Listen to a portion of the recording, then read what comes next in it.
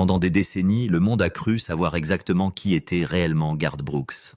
Pour des millions de fans, il était l'homme sous le chapeau de cow-boy noir, l'interprète électrisant qui a battu des records de fréquentation, vendu des stades à travers le monde et s'est transformé d'un jeune rêveur de l'Oklahoma en l'un des artistes les plus titrés de l'histoire de la musique. Sa voix est devenue la bande originale d'innombrables concerts, ses concerts sont devenus légendaires et son succès semblait presque imparable. De l'extérieur, il semblait que le rêve américain parfait était devenu réalité. Mais derrière les arènes à guichets fermés, les disques de platine et les ovations debout se cachait une histoire bien différente.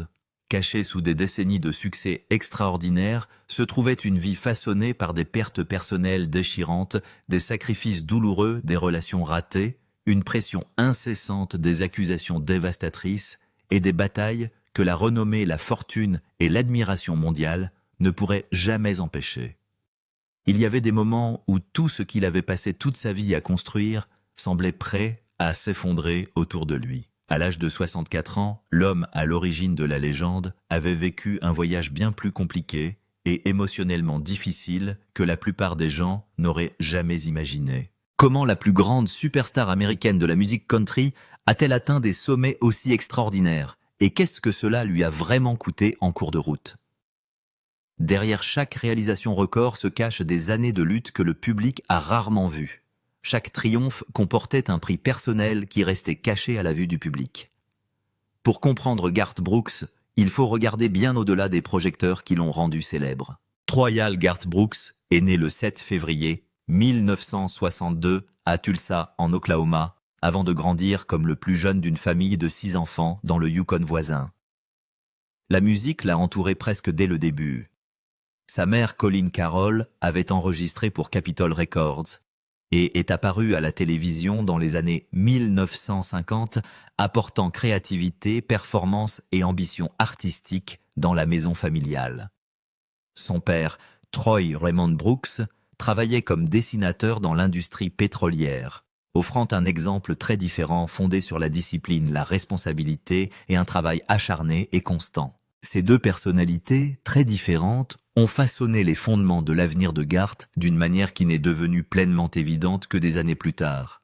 Sa mère encourageait l'imagination sans hésitation, estimant que les rêves méritaient d'être poursuivis sans réserve, aussi ambitieux soient-ils. Son père admirait la détermination, mais rappelait constamment à ses enfants que les rêves ne signifiaient pas grand-chose sans discipline, sacrifice et efforts incessants. Ensemble, ces influences opposées ont créé un équilibre qui définirait presque toutes les étapes de la remarquable carrière de Garth. La vie au sein de la maison Brooks tournait autour de soirées familiales de talent qui sont devenues de précieuses traditions. La musique n'a jamais été considérée comme quelque chose de réservé aux professionnels ou aux célébrités. Au lieu de cela, cela est devenu un élément naturel de la vie familiale quotidienne, chacun étant encouragé à y participer, quelles que soient ses compétences. Ces soirées ont tranquillement nourri un amour du spectacle qui restera pour toujours avec Garth. Bien avant que le public ne le voie commander des stades immenses, il apprenait le banjo et la guitare autour de la table de la cuisine familiale. Son père lui a patiemment initié ses tout premiers accords de guitare, tandis que sa mère lui a démontré la joie que procure le fait de jouer devant les autres. Aucun des deux parents n'aurait pu imaginer que ces réunions de famille ordinaires contribuerait un jour à façonner l'une des plus grandes carrières de l'histoire de la musique country. Pourtant, ces moments simples ont semé des graines qui n'ont jamais cessé de pousser. Malgré l'environnement musical qui l'entourait, le sport a dominé une grande partie de la jeunesse de Garth. Au lycée, il excellait dans le baseball, le football et l'athlétisme, démontrant à la fois ses capacités athlétiques et sa compétitivité féroce. Ses performances lui ont finalement valu une bourse d'athlétisme à l'Oklahoma State University, où il s'est spécialisé dans le lancer du javelot. À l'époque, l'athlétisme semblait bien plus susceptible de déterminer son avenir que la musique. Cependant, l'université a tout changé en silence. Tout en poursuivant ses études, Garth a commencé à se produire dans des clubs locaux aux côtés de son colocataire Ty England. Ses modestes performances ont révélé quelque chose que l'athlétisme n'a jamais eu. Il possédait une remarquable capacité à se connecter avec le public, permettant à même un petit public de se sentir personnellement impliqué dans chaque représentation. La scène semblait éveiller en lui quelque chose qui ne pouvait être ignoré. Nuit après nuit, il a découvert que recevoir les gens apportait un sentiment d'épanouissement unique. Les compétences en banjo et en guitare développées pour la première fois lors des soirées familiales sont soudainement devenues bien plus que des passe-temps d'enfance. Ils ont évolué vers des outils capables d'ouvrir des possibilités entièrement nouvelles. La musique s'est lentement transformée d'un intérêt agréable en une vocation indéniable. En 1984, Garth a obtenu un diplôme en publicité, choisissant un domaine pratique qui reflétait la croyance de longue date de son père en la stabilité et en un travail fiable. C'était la décision sensée, attendue d'un jeune homme se préparant à devenir adulte. Pourtant, alors même qu'il terminait ses études, un autre rêve continuait de l'attirer avec une force croissante. Les salles de classe et les emplois de bureau qui semblaient autrefois logiques ne pouvaient plus rivaliser avec le désir croissant de construire sa vie grâce à la musique. En 1985, Nashville était devenu impossible à ignorer. Déterminé à poursuivre son rêve, Garth a emballé ses affaires et s'est dirigé vers la ville la plus célèbre de la musique country, convaincu que l'opportunité l'y attendait. Au lieu de cela, il a été rejeté presque immédiatement. Après seulement 23 heures décourageantes, remplies de déceptions et d'incertitudes, il fit demi-tour et retourna en Oklahoma. L'expérience a été humiliante. Des rêves qui semblaient si vivants lui paraissaient soudain lointains et irréalistes. De nombreux musiciens en herbe auraient accepté la défaite après un rejet aussi brutal, se persuadant qu'ils n'étaient tout simplement pas destinés à l'industrie. Garth, cependant, a refusé de laisser un revers douloureux définir définitivement son avenir. En 1986, il épousa sa chérie d'université Sandy Mal, tout en continuant à se produire sur la scène musicale locale de l'Oklahoma. Ensemble, ils ont construit une vie ancrée dans l'espoir plutôt que dans la certitude, croyant qu'une autre opportunité finirait par se présenter. Garth est resté patient peaufinant son art en attendant le bon moment pour réessayer Nashville. Au fond, il n'a jamais vraiment abandonné son rêve. Cette deuxième opportunité s'est finalement présentée en 1987. Cette fois, Garth a déménagé définitivement à Nashville sans avoir l'intention de faire demi-tour.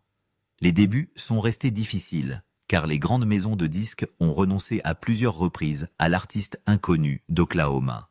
Mais contrairement à sa première visite, il a refusé de partir simplement parce que le succès n'était pas immédiat. La persévérance l'a finalement conduit au légendaire Bluebird Café, une petite salle déjà célèbre pour avoir lancé des carrières prometteuses d'auteurs-compositeurs. Lors d'une présentation d'auteurs-compositeurs en 1988, Garth a joué avec la même passion et la même authenticité qui avaient progressivement bâti sa confiance chez lui. Ce qui s'est passé ce soir-là allait définitivement modifier le cours de sa vie. Parfois l'histoire change à cause de la préparation. Parfois cela change par pur hasard. Un responsable de Capitol Records, Lynn Schultz, était présent à la vitrine ce soir-là. Ironiquement, il en était venu à l'origine à évaluer un artiste totalement différent qui n'était jamais apparu. Au lieu de cela, il regarda Garth Brooks commander la pièce. Presque immédiatement après Capitol Records, lui propose un contrat d'enregistrement ouvrant ainsi la porte jusqu'alors restée fermée. Son premier album éponyme est arrivé en avril 1989 et a immédiatement présenté quelque chose de rafraîchissant et différent au public country. Plutôt que de rester confiné par les attentes traditionnelles, Garth a mélangé la narration country classique avec l'énergie et l'excitation des performances rock d'arène. La combinaison semblait audacieuse, moderne et différente de tout ce que de nombreux auditeurs avaient connu auparavant. Cela a marqué l'arrivée d'une nouvelle voix distinctive. L'album a produit le hit numéro 1 « If Tomorrow Never Comes », tout en grimpant au numéro 2 du palmarès des meilleurs albums country de Billboard. Bien que le succès ait été significatif, il ne représentait que le début de quelque chose de beaucoup plus vaste. L'industrie avait découvert un nouveau venu prometteur, mais peu de gens comprenaient encore à quel point il allait remodeler radicalement la musique country au cours des années suivantes. Sa plus grande percée était encore à venir. Tout change en 1990 avec la sortie de No Phone 16. L'album est resté numéro 1 pendant 23 semaines et a fait découvrir au public du monde entier Friends in Low Places, une chanson qui allait devenir l'un des hymnes déterminants de la musique country. Du coup, Garth Brooks n'était plus simplement un autre artiste à succès. Il était devenu un phénomène culturel. Ses concerts évoluent parallèlement à sa popularité croissante. Les performances country traditionnelles ont cédé la place à des productions élaborées, mettant en vedette des casques sans fil, des entrées de scène dramatiques, des mouvements énergiques, et le genre de présentation théâtrale habituellement associé aux superstars du rock plutôt qu'aux chanteurs country. Les fans n'y assistaient plus uniquement pour entendre des chansons. Ils sont venus vivre des événements inoubliables. Même les controverses ont parfois alimenté son ascension remarquable. Le clip de The Thunderwolves a été interdit par les principales chaînes de télévision de musique country en raison de sa représentation graphique de la violence domestique. Au lieu de nuire à la popularité de la chanson, la controverse n'a fait qu'intensifier la curiosité du public. Cette attention a contribué à pousser le single encore plus haut, tout en renforçant la réputation de Garth en tant qu'artiste, n'ayant pas peur d'aborder des sujets difficiles. Année après année, les réalisations ont continué à s'accumuler. Les ventes d'albums ont finalement dépassé les 200 millions d'exemplaires dans le monde, faisant de Garth Brooks l'artiste solo le plus vendu de l'histoire américaine. 2 Grammy Awards, 17 American Music Awards et un record de 7 victoires d'artistes de l'année de la Country Music Association ont suivi. Aucun autre artiste n'avait jamais atteint ce cap extraordinaire. Pourtant, tandis que le public célébrait son étonnante carrière, une autre histoire commençait tranquillement à se dérouler dans les coulisses. Bien avant les stades à guichets fermés et la reconnaissance mondiale, une relation avait façonné presque tout ce qui a suivi. C'était une relation bâtie non pas sur la gloire, mais sur des moments ordinaires partagés avant que quiconque n'imagine la célébrité qui l'attendait au coin de la rue. Cette relation était avec Sandy Mal. Leur première rencontre ne ressemblait guère au début d'un conte de fées.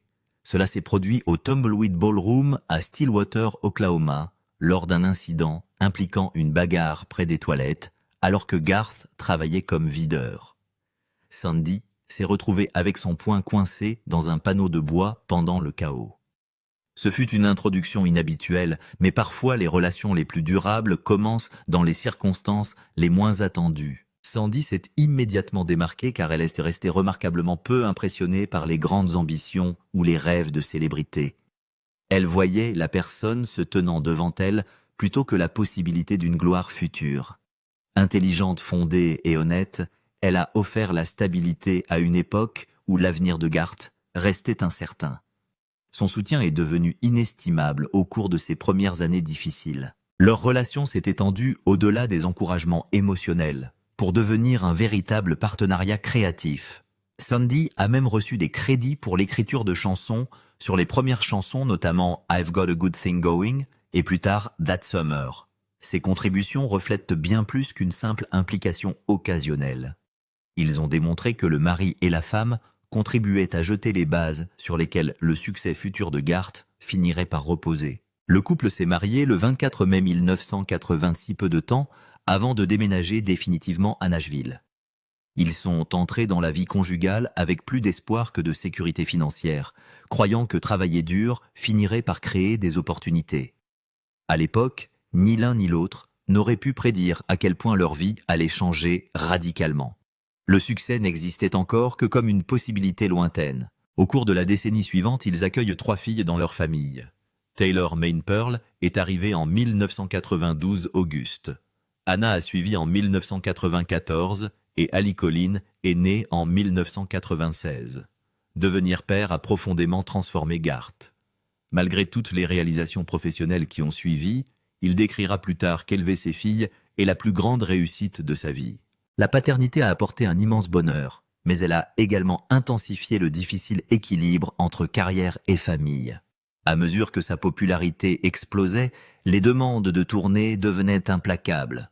Stade après stade rempli de supporters enthousiastes, tandis que la vie à la maison continuait sans lui. Plus son succès devenait grand, plus la vie de famille ordinaire semblait impossible. Entre 1989 et 1993, seulement Garth aurait passé près de 300 jours par an loin de chez lui.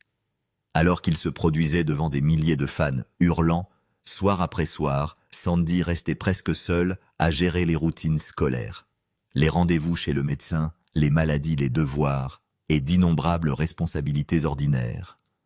Elle portait le poids de la vie familiale quotidienne, tandis que son mari poursuivait une carrière qui exigeait presque tout ce qu'il pouvait donner. Pour le public, ces années représentaient le chapitre le plus heureux de l'ascension remarquable de Garth Brooks. Chaque album battait de nouveaux records, chaque tournée prenait de l'ampleur, et chaque succès semblait confirmer qu'il avait réalisé l'impossible. Pourtant, sous les gros titres, la distance émotionnelle remplaçait tranquillement la proximité qui définissait autrefois son mariage. Le succès consistait à construire un rêve tout en érodant lentement un autre. Des années plus tard, Sandy a réfléchi à cette douloureuse transformation lors d'un documentaire de 2019. Elle a expliqué que chaque fois que Garth rentrait chez lui après une longue tournée, il avait souvent l'impression qu'une personne complètement différente avait franchi la porte d'entrée. Le mari parti des semaines ou des mois plus tôt semblait presque méconnaissable à son retour. La renommée avait changé non seulement sa vie, mais aussi le rythme de leur relation. À chaque tournée qui passait, le fossé émotionnel entre eux se creusait un peu plus. Le cycle constant de départs de retrouvailles et de séparations inévitables a progressivement affaibli le lien qu'ils partageaient autrefois si naturellement. Aucun d'eux n'avait l'intention que le succès se fasse au détriment de leur mariage. Pourtant, la carrière extraordinaire pour laquelle ils avaient travaillé si dur pour bâtir exigeait des sacrifices qu'ils ne comprenaient pas pleinement jusqu'à ce qu'ils changent déjà tout ce qu'ils aimaient. Les semaines passées se sont transformées en mois et chaque retour à la maison semblait apporter une autre remise de prix ou un autre événement de l'industrie exigeant de l'attention au lieu du temps passé en famille. L'agitation constante de millions de fans combinée à une attention incessante dans toutes les directions a créé un profond fossé émotionnel et physique qui s'est élargi à chaque cycle de tournée. Des années plus tard, Brooks a ouvertement admis ne pas se rendre compte à quel point cet isolement avait été difficile pour Moll, ayant été complètement emporté par l'élan de la gloire. Une demande formelle de divorce a été déposée au Tennessee en novembre 2000, invoquant des différences irréconciliables après une longue séparation. S'adressant à Billboard à l'époque, Brooks a expliqué que les deux parties s'étaient mises d'accord sur la séparation et se concentraient entièrement sur la protection des enfants contre des douleurs inutiles pendant la transition. Le règlement final rendu officiel, le 17 décembre 2001, a accordé à Moll 125 millions de dollars, l'un des divorces de célébrités les plus coûteux jamais enregistrés à cette époque de l'histoire. Malgré la fin douloureuse, un accord de coparentalité inhabituellement structuré a maintenu les deux parents profondément impliqués, alternant la garde tous les jours à 7 heures du matin et à 6 heures du soir, sans faute, pendant plus d'une décennie. Cette cohérence a donné à 3 filles une enfance stable, malgré une séparation très publique et très coûteuse entre deux parents qui avaient autrefois construit toute une vie ensemble à partir de rien. Mère Colleen Carroll est décédée d'un cancer le 6 août 1999. La même femme qui avait inspiré toute une carrière musicale depuis son enfance en chantant à la maison et en encourageant chaque once de talent naturel. La perte a été si dévastatrice qu'elle a directement déclenché l'annonce d'une retraite complète de la musique rendue officielle lors d'une conférence de presse dans une arène de Nashville le 26 octobre 2000.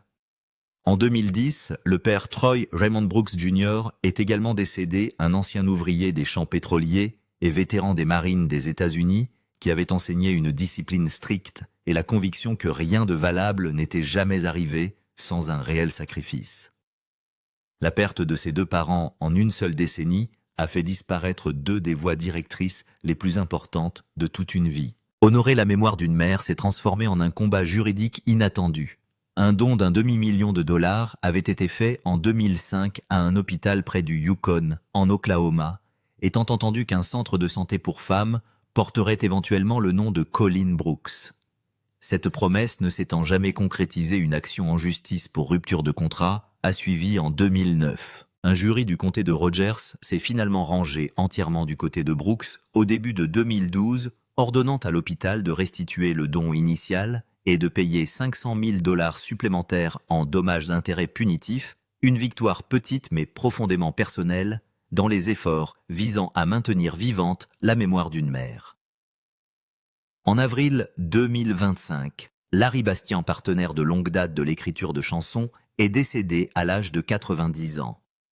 Bastien avait d'abord suivi une formation de biologiste avant de se tourner vers la musique au cours du Bakersfield Sound Movement des années 1970 pour finalement coécrire des succès emblématiques, notamment Unanswered Prayers et Rodeo. Brooks a décrit plus tard le collaborateur comme un véritable ami et mentor. Rencontré pour la première fois alors qu'il était un jeune étudiant nouvellement arrivé à Nashville, le chagrin ne se limitait pas à la seule perte. En février 2021, son épouse Tricia Yearwood a contracté un cas grave de coronavirus lors d'une quarantaine domestique, laissant Brooks publiquement terrifié à l'idée de perdre la personne décrite comme le point d'ancrage de toute une vie. Parlant de ces jours effrayants, Brooks a admis s'appuyer fortement sur la prière plutôt que sur la superstition, attribuant un élan de soutien pour avoir aidé Yearwood à traverser le pire de la maladie. Yearwood s'est finalement complètement rétabli, et le couple a ensuite attribué à cette période effrayante de quarantaine le renforcement d'un mariage déjà fort, utilisant la proximité forcée pour surmonter des années de tension tacite. En 2006, une menace d'incendie de forêt a ajouté encore plus d'anxiété lorsque les flammes ont ravagé l'Oklahoma et se sont approchées dangereusement d'un ranch familial abritant des décennies d'histoire et de mémoire, forçant une évacuation d'urgence, tandis que les pompiers se battaient pour sauver la propriété à distance. Juste au moment où le pire semblait derrière lui, une nouvelle tempête est arrivée qui a scruté sa réputation au microscope. Polémique et retour inattendu. En 1999, un personnage totalement différent nommé Chris Gaines a complètement dérouté les fans de longue date. Un look allégé, un patch soul et un faucet rock ont remplacé le chapeau de cow-boy familier pour un projet d'album concept bizarre destiné à lancer un film d'accompagnement qui n'a jamais vraiment trouvé de public. Le film lui-même n'est même jamais sorti et l'ensemble de l'expérience s'est vendu à seulement 2 millions d'exemplaires par rapport aux albums précédents qui s'étaient vendus chacun 10 fois plus. Aujourd'hui, l'intégralité du chapitre sur Chris Gaines est laissée de côté dans les anthologies officielles et rarement abordée dans les interviews. Un désastre de relations publiques bien plus grave s'est produit en 2014. 5 concerts à guichets fermés étaient programmés au légendaire Croke Park Stadium de Dublin, en Irlande, un lieu chargé d'histoire nationale et normalement réservé aux événements sportifs irlandais, les 400 000 billets ayant été vendus en une seule journée. Lorsque les autorités municipales n'ont approuvé que 3 des 5 soirées, un ultimatum du tout ou rien a conduit à l'annulation complète de chaque spectacle, laissant derrière elle 400 000 fans déçus et une économie locale furieuse. 8 ans plus tard, en septembre 2022, une fin totalement différente est arrivée. Les autorités de Dublin ont finalement approuvé les 5 concerts, et chaque billet s'est vendu à nouveau en quelques heures. Brooks a admis plus tard avoir pris 5 pauses de pleurs distinctes lors du tout premier spectacle, et les critiques locaux ont décrit une soirée remplie d'émotions authentiques de la part d'un artiste qui avait attendu près d'une décennie pour une seconde chance. Les fans qui avaient conservé des billets inutilisés pour les spectacles annulés de 2014 ont bénéficié d'un accès prioritaire, transformant ainsi un vieux chagrin en de nouveaux souvenirs. Ce qui a commencé comme un chagrin total en 2014 s'est finalement transformé en l'un des retours les plus célèbres de l'histoire des tournées modernes. Juste au moment où il semblait que le pire était derrière lui, une bataille juridique a éclaté qui a changé la conversation autour de Garth Brooks du jour au lendemain, le scandale que personne n'a vu venir. En septembre 2024, une poursuite anonyme a été déposée dans le Mississippi sous le pseudonyme de John Doe, visant à empêcher une femme identifiée uniquement comme Jane Roe de déposer une plainte distincte en Californie. Selon ce dossier, Jane Roe avait déjà travaillé comme coiffeuse et maquilleuse pour Brooks et sa femme Tricia Yearwood. Le mois suivant, Jane Roe a intenté une action civile de 27 pages à Los Angeles, alléguant des agressions sexuelles à plusieurs reprises, dont un incident dans une suite d'hôtel lors d'un voyage en 2019 lié à un événement hommage aux Grammy Awards. Brooks a complètement nié chaque allégation, qualifiant les accusations de tentative d'extorsion et décrivant toutes les preuves comme un sentiment qu'une arme avait été pointée directement sur Brooks. Les experts juridiques ont critiqué la décision de nommer publiquement l'accusateur dans un dossier modifié, une décision qui a déclenché une nouvelle vague de réactions négatives dans l'opinion publique. Les avocats de Jane Roe ont répondu en demandant des sanctions maximales, arguant que cette dénomination équivalait à des représailles contre une victime présumée de violences sexuelles. Dans une tentative d'accélérer la procédure, Brooks a souligné la mort d'un publiciste de longue date considéré comme un témoin clé, arguant que la disparition des souvenirs rendait urgente une résolution plus rapide, mais une cour d'appel a rejeté cette demande en mai 2026. À la mi-2026, l'affaire reste non résolue, liée à des conflits de compétences entre les tribunaux du Mississippi et de Californie, pour savoir quel État devrait réellement trancher les réclamations sous-jacentes. Aucune date de procès n'a été confirmée, aucun règlement n'a été annoncé, et les deux parties restent fermement fidèles à leur position initiale, après près de 2 années complètes de dépôt et de déposition. Il s'agit d'une affaire civile et non pénale, et Brooks maintient son innocence totale à chaque étape du processus judiciaire en cours.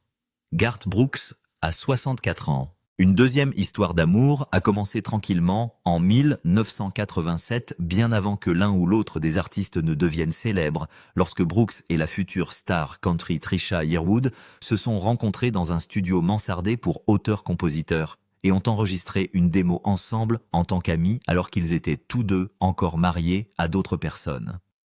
Des années plus tard, après 2 divorces distincts, cette amitié est devenue quelque chose de plus profond, conduisant à une proposition sur scène au Buck Owens Crystal Palace de Bakersfield, en Californie, devant une foule enthousiaste qui ne savait pas que l'histoire était sur le point de se dérouler juste devant eux. Le mariage a eu lieu le 10 décembre 2005. Sa retraite des tournées à plein temps a duré de 2000 à 2005 entièrement passée dans un modeste ranch en Oklahoma. Les dépôts scolaires, les paniers repas et les entraînements sportifs des jeunes ont complètement remplacé les stades à guichets fermés. Un commerce que Brooks a qualifié de l'un des plus grands cadeaux de toute une vie plutôt que d'un quelconque sacrifice. Le retour au spectacle à plein temps a finalement donné lieu à une tournée des stades attirant en moyenne 95 000 fans par ville pour un public cumulé de près de 3 millions de personnes à la suite d'une précédente tournée des arènes avec Trisha Yearwood, qui a vendu plus de 6 millions de billets sur 3 ans et demi de route. Une résidence de Las Vegas au Coliseum du Caesars Palace a vendu 99% de tous les billets disponibles pour 72 spectacles individuels achevés début 2025. Un Kennedy Center Honor et le prix Gershwin de la Bibliothèque du Congrès pour la chanson populaire ont ensuite rejoint une collection croissante de récompenses pour l'ensemble de sa carrière. Ces dernières années ont été marquées par de nouveaux jalons remarquables, malgré le flou juridique persistant qui plane au-dessus de notre tête. En mars 2026, la Recording Industry Association of America a officiellement confirmé un 10e album certifié Diamant. Un exploit qu'aucun autre artiste d'enregistrement dans l'histoire n'a jamais atteint, remportant le tout nouveau prix de l'artiste d'une vie lors de cette cérémonie. Les spectacles à guichets fermés dans les stades de Milwaukee, en juin 2026, ont été suivis d'un retour tant attendu sur le sol britannique en tête d'affiche à Hyde Park à Londres, le 27 juin, marquant une première représentation au Royaume-Uni depuis près de 3 décennies. Les procédures préliminaires en cours continuent de créer un réel stress en coulisses selon des personnes proches du dossier, alors même que les représentations publiques continuent d'attirer des foules massives en adoration, nuit après nuit. Le temps passé à gérer un lieu de divertissement à Nashville appelé Friends in Low Places offre une connexion plus calme avec la ville, qui a construit tout un héritage avec un bar sur le toit connu, sous le nom de Oasis des palmiers imposants et de la musique live. La plupart des soirs, un endroit où Brooks peut saluer les fans et soutenir les musiciens locaux loin des salles d'audience et des horaires de tournée. À 64 ans, l'histoire est loin d'être une fin de conte de fées, mais à travers des pertes dévastatrices, l'humiliation publique, un divorce coûteux et une bataille juridique qui se déroule toujours en temps réel. Une chose est restée constante, un refus absolu d'arrêter de se lever, de chanter et d'avancer. D'une chambre d'hôpital de Tulsa aux stades à guichets fermés à travers la planète entière, l'histoire de Garth Brooks n'a jamais été simple. Selon vous, que réserve l'avenir à une légende qui se bat toujours pour un héritage bâti au fil des décennies? Déposez un commentaire ci-dessous, appuyez sur le bouton « J'aime » et abonnez-vous pour plus d'histoires vraies derrière les plus grands noms de la musique.